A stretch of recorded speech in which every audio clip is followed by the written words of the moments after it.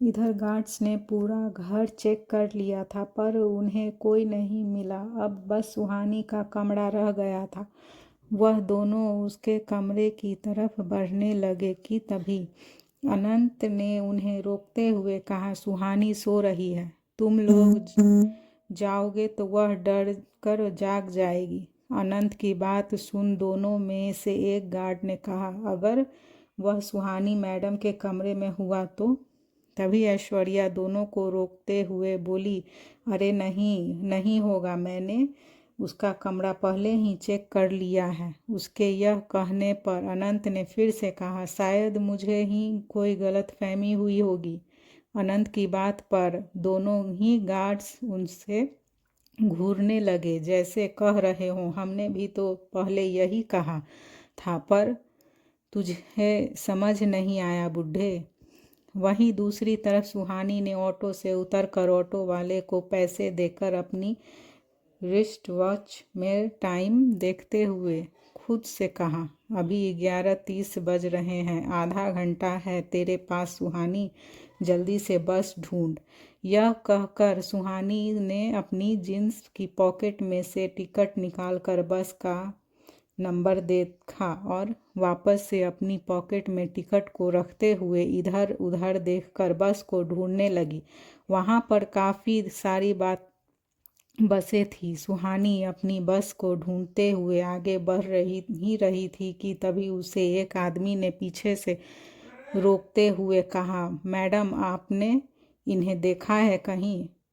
वह आदमी जिसके हाथ में स्केच था वह सुहानी के पीछे ही खड़ा था और पीछे से ही अपने हाथ में पकड़ा स्केच आगे करते हुए उसने यह सुहानी से पूछा था। स्केच को देखकर सुहानी की आंखें बड़ी हो गई और वह डरते हुए मन ही मन खुद से बोली, यह तो मेरा स्केच है, यह तो मार्केट एरिया में मुझे ढूंढ रहे थे, यहाँ कैसे आ गए?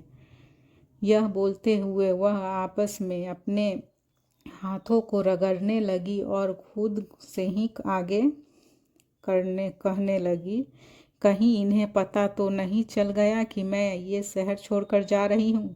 सुहानी अभी खुद से बात कर ही रही थी कि तभी फिर से उस आदमी ने कहा, मैडम क्या आपने इन्हें देखा है? सुहानी ने बिना पीछे देखे ना में अपना सिर हिला दिया और तेज कदमों से आगे बढ़ गई। वह अभी 2 कदम चली ही थी कि तभी वह सामने से आ रहे एक आदमी से टकरा गई और अचानक हुई उस टक्कर से सुहानी के चेहरे पर बंधा स्कार्फ खुल के कर नीचे गिर गया। वह एकदम से चौंक गई और इधर उधर देखने लगी। वह सभी आदमी सुहानी को ही देख रहे थे। सुहानी उसकी घूरती नज़रों को देखकर डर गई और डरते हुए ही खुद से बोली, अब तो पकड़ी गई तू सुहानी, भाग वरना ये लोग तुझे छोड़ेंगे नहीं। इतना कहकर वह अगले ही पल वहाँ से भागने लगी। तभी उसे ढूंढ रहे लोगों में से एक ने कहा, पकड़ो उसे वरना हमारा मरना तय है। उस आदमी के यह बोलते ही तभी सुहानी के पीछे भागने लगे। सुहानी भागते भागते सड़क पर आ गई। वह आदमी भी उसके पीछे आ रहे थे। सड़क बिल्कुल सुनसान और खाली थी। वहाँ के वातावरण में उन लोगों के और सुहानी के कदमों की आहट गूंज रही थी।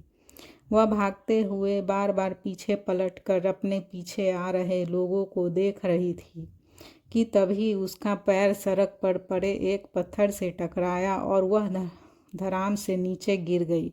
सुहानी दोबारा उठ पाती उससे पहले ही पीछे आ रहे आदमी ने उससे चारों ओर से घेर लिया। वह सभी आदमी भागने की वजह से तेज सांसें ले रहे थे। सुहानी अपनी डरी सहमी नज़रों से उन लोगों को देख ही रही थी। तभी उसमें से एक आदमी आगे आया और उसने अपनी जेब से रुमाल निकालकर फोल्ड किए हिस्से को खोला और उसे सुहानी के मुंह पर जबरदस्ती बांध दिया। सुहानी ने मुंह पर कपड़ा बांधने की वजह से छटपटाने लगी। उसकी बहुत कोशिश के बाद भी वह खुद को उन आदमियों की पकड़ से आज़ाद नहीं करा पाई और थोड़ी ही देर में क्लोरोफॉर्म सूंघने की वजह से वह बेहोश हो गई। वह आदमी जिसने अभी अभी सुहानी को क्लोरोफॉर्म सूंघा कर बेहोश किया था, उसने उसे उठाकर गाड़ी की बेड सीट पर लिटा दिया।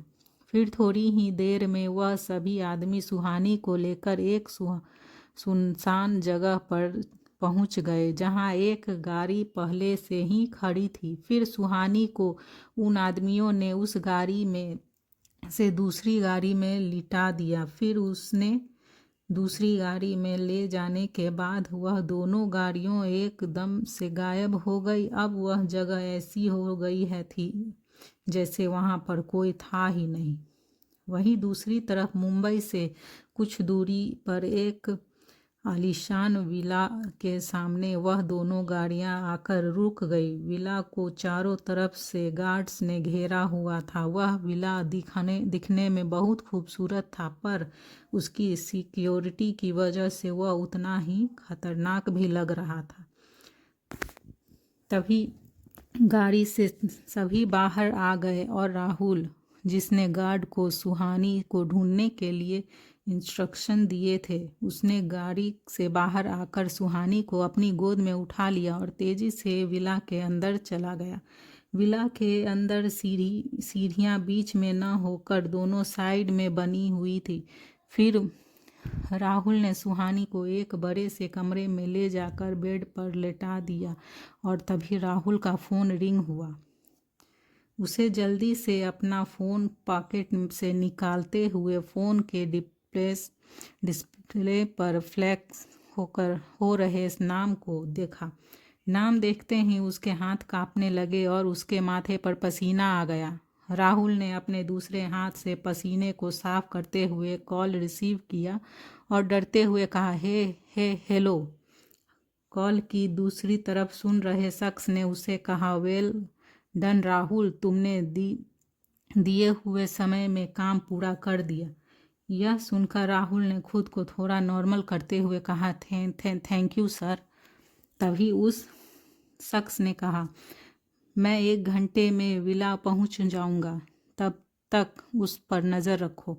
यह सुन राहुल ने ओके कहा और कॉल कट हो गया। राहुल ने कॉल कट होते ही सुकून की सांस ली। तभी एक गार्ड अंदर आया और उसने राहुल से कहा, सर क्या हम मैडम की इंफॉर्मेशन कलेक्ट करें? राहुल ने उसे घूरते हुए कहा, जितनी जल्दी हो सके उसकी जल्दी सारी इंफॉर्मेशन इकट्ठा करो सर, कभी भी हमसे इनकी सारी डिटेल मांग सकते हैं। गार्ड ने राहुल की बात सुनकर हाँ में सिर हिलाया और वहाँ से चला गया। फिर राहुल ने सुहानी के कमरे में निकल कर किसी को कॉल किया और कॉल पिक होते ही दूसरी तरफ वाले इंसान से गुस्से में कहा, लगता है तुम वो बातों से नहीं मानने वाले, तो ठीक है, तैयार हो जाओ कियान ओबराय का गुस्सा देखने के लिए। कॉल के दूसरी तरफ वाले आदमी ने जैसे ही कियान ओबराय का नाम सुना तो वह डर से कांपने लगा और फिर अपनी कांपती हुई आवाज़ में बोला, आपने पहले क्यों नहीं बताया कि आप कियान ओबराय के आदमी हैं? वह ज़मीन अब से आप अपनी ही समझो, मैं तभी उसके पेपर आपको भिजवाता हूँ। उस आदमी की बात सुन राहुल ने कॉल कट कर दिया और मुस्कुराते हुए खुद से बोला, इन जैसे लोगों के लिए तो सर का नाम ही काफ़ी है।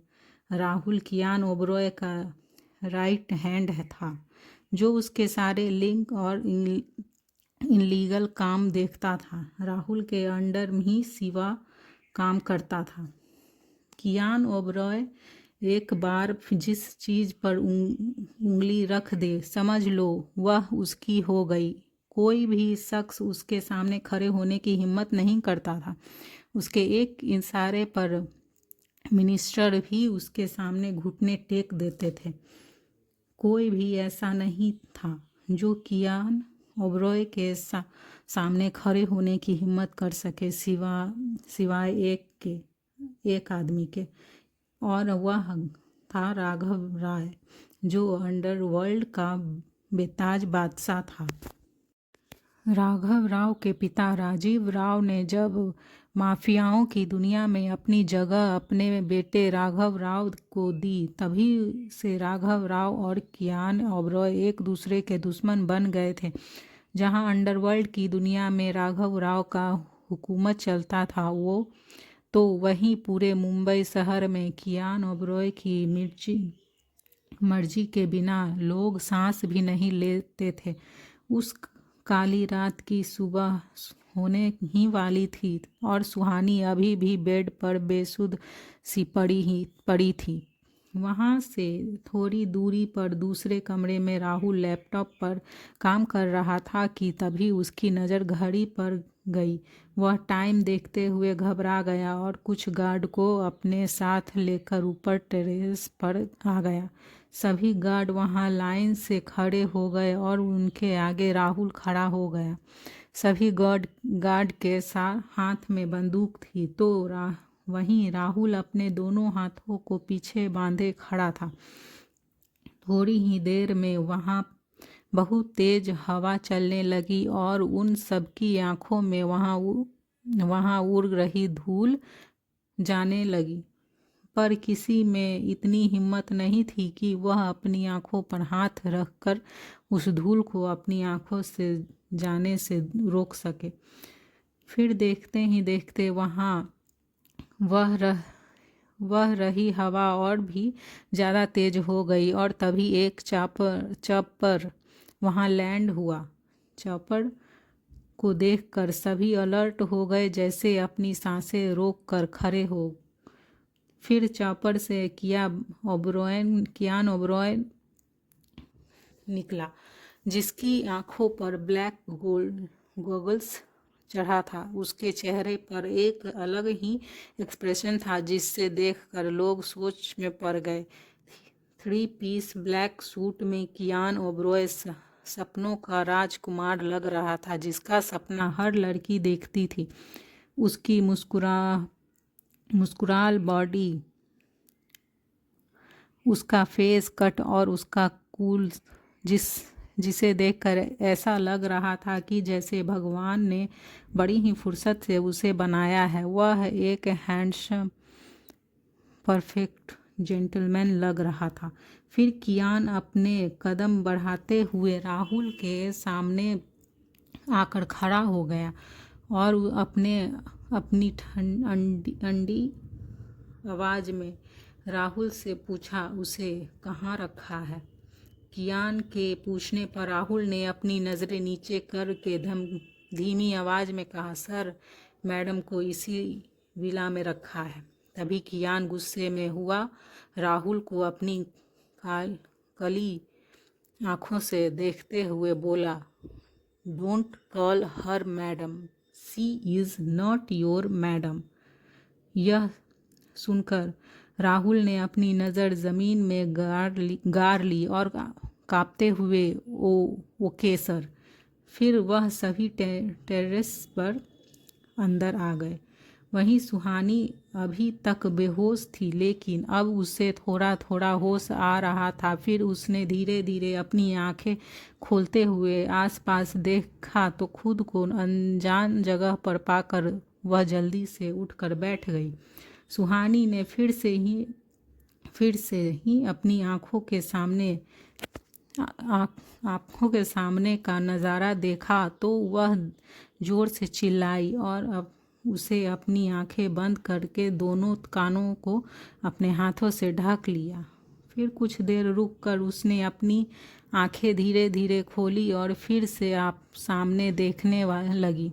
उसके सामने गार्ड हाथों में बंदूक लिए खड़े थे। उन्हें देखकर सुहानी डर से कांपने लगी और खिसकर बेड के एक कोने में बैठ गई। वह गार्ड को देखकर रोने लगी। वहीं दूसरी तरफ अनंत को पता चल गया कि सुहानी पुणे नहीं पहुंची। फिर उन्होंने सुहानी के बारे में सोचते हुए खुद से कहा, सुहानी पुणे नहीं गई तो कहाँ गई होगी? कहीं वह लोग तो सुहानी को नहीं ले गए जो उस दिन उसे स्केच लेकर ढूंढ रहे थे। तभी वहां ऐश्वर्या आ गई और आनंद को अपनी सोच में डूबा हुआ देखकर उसके कंधे पर हाथ रखते हुए बोली, क्या सोच रहे हैं आप? सब ठीक तो है? अनंत ऐश्वर्या की बात सुनकर अपने ख्यालों से बाहर आते हुए बोले, हमें प्लान के अकॉर्डिंग आज ही यहाँ से निकलना होगा। जो भी ज़रूरत का सामान है तुम उसे पैक कर लेना। यह सुनकर ऐश्वर्या हाँ में अपना सिर हिलाकर अंदर चली गई। उधर सुहानी अभी भी रोए जा रही थी। फिर अपने अपने आंसू पोंछकर गार्ड की तरफ देखते हुए कहा, कौन हो तुम सब? मुझे यहाँ क्यों लाए हो? सुहानी के पूछने पर किसी भी गार्ड ने उसकी बातों का कोई जवाब नहीं दिया। तभी सुहानी जोर से चिल्लाते हुए बोली, बताते क्यों नहीं मुझे यहाँ क्यों लाए हो? तभी कियान ने अपनी आंखों पर चढ़ा शेड्स हटाकर अंदर आते हुए कहा, तुम यहाँ कैसे आई? क्यों आई? यह जानना तुम्हारे लिए ज़रूरी नहीं। तुम आज से इसी विला में रहोगी और इसी कमरे में रहोगी। कियान की बात सुनकर सुहानी के होश उड़ गए और तभी उसने अपने डर को एक तरफ करते हुए कियान से कहा, मैं यहाँ क्यों रहूँ? मैं तो इस जगह को जानती भी नहीं हूँ और मैं आपको भी नहीं जानती। तभी सुहानी की बात को बीच में काटते हुए कियान ने उसकी आंखों में देखते हुए कहा, मैंने कहा ना अभी कि तुम्हारे लिए यहाँ यह जानना ज़रूरी नहीं। तुम यही रहोगी, बस यह जान लो। और अगर अब एक भी लफ्ज़ मुंह से निकाला तो अभी के अभी तुम्हें गोली मार दूंगा। आखिर क्या होगा आगे? कियान ओबरॉय सुहानी के साथ क्या करेगा? कौन सी ऐसी दुश्मनी है जिसके लिए कियान ने सुहानी को किडनैप किया था? राघव को जब पता चलेगा कि कियान ने सुहानी का किडनैप किया है तो क्या होगा? सुहानी की ज़िंदगी में क्या लिखा है? जानने के लिए